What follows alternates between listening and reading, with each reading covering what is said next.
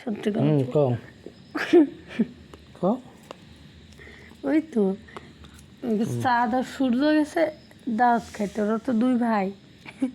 এই এই এই বন্ধ করে গেলে এখন খুব মেলা ভালো ভালো খাবার দিছে ওদের, পোলাও মোলাও বিরিয়ানি টিরিয়ানি দিছে, দিলে সূর্য সব খাই ফেলছে। ওর মার কথা মনে নেই সূর্যের। আর চাঁদ করছে খাইছে নখের ভিতর, দাঁতের ভিতর, পায়ের ভিতর, সব জায়গায় একটু একটু করে করে ঢুকাই রাখছে ওর মায়ের জন্যে।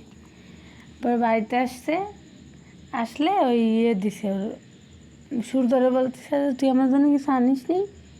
বলছে না আমি তো কিছু আনিনি। আর চাঁদরে বলতেছে তুই, তারপর চাঁদ ওইখান দিয়ে সব বাইর করে দিলে এক গামলা হইতে হলে ওর মা তাই খাইছে। খাওয়ার পরে ওর মা করছে সূর্যরে যে তুই আনিস নি, তোরে আমি অভিশাপ দিচ্ছি, তুই দিনে রোদ্রে পড়বি। আর চাঁদ আনিছে, আর চাঁদ করছে তুই রাত্রে আকাশে জ্বলবি, সবার জ্যোৎস্না দিবি।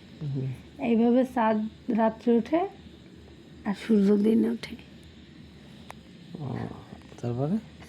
তারপর শেষ। ও এই জন্য হচ্ছে চাঁদের মা চাঁদের কোলের ভিতর থাকে,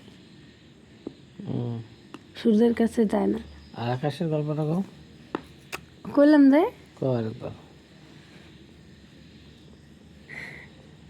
আকাশের উপরে ছিল না, কোথায় ছিল? নিচে ছিল। পিঠে বাঁধতো মানুষের, পিঠে বাঁধলে একদিন এক মহিলা ঝাড় দিচ্ছে, এক বুড়ি ঝাড় দিচ্ছে, ঝাড় দিলে তার পিঠে বাঁধতেছে। কি বুড়ি বাঁধতেছে? আকাশ আকাশ পিঠে বাঁধতেছে মহিলা। বাঁধতে লাগলে মহিলা তো খুব রাগ হয়েছে।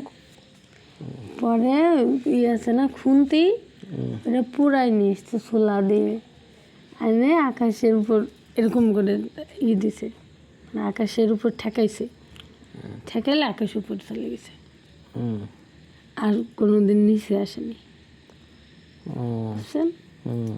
শোনেন এই বন্ধ করে। তাহলে কার মেরামতি? কেরামতি ওই বুড়ি। বুড়ির? হ্যাঁ বুড়ি তো ঠেকাইছে।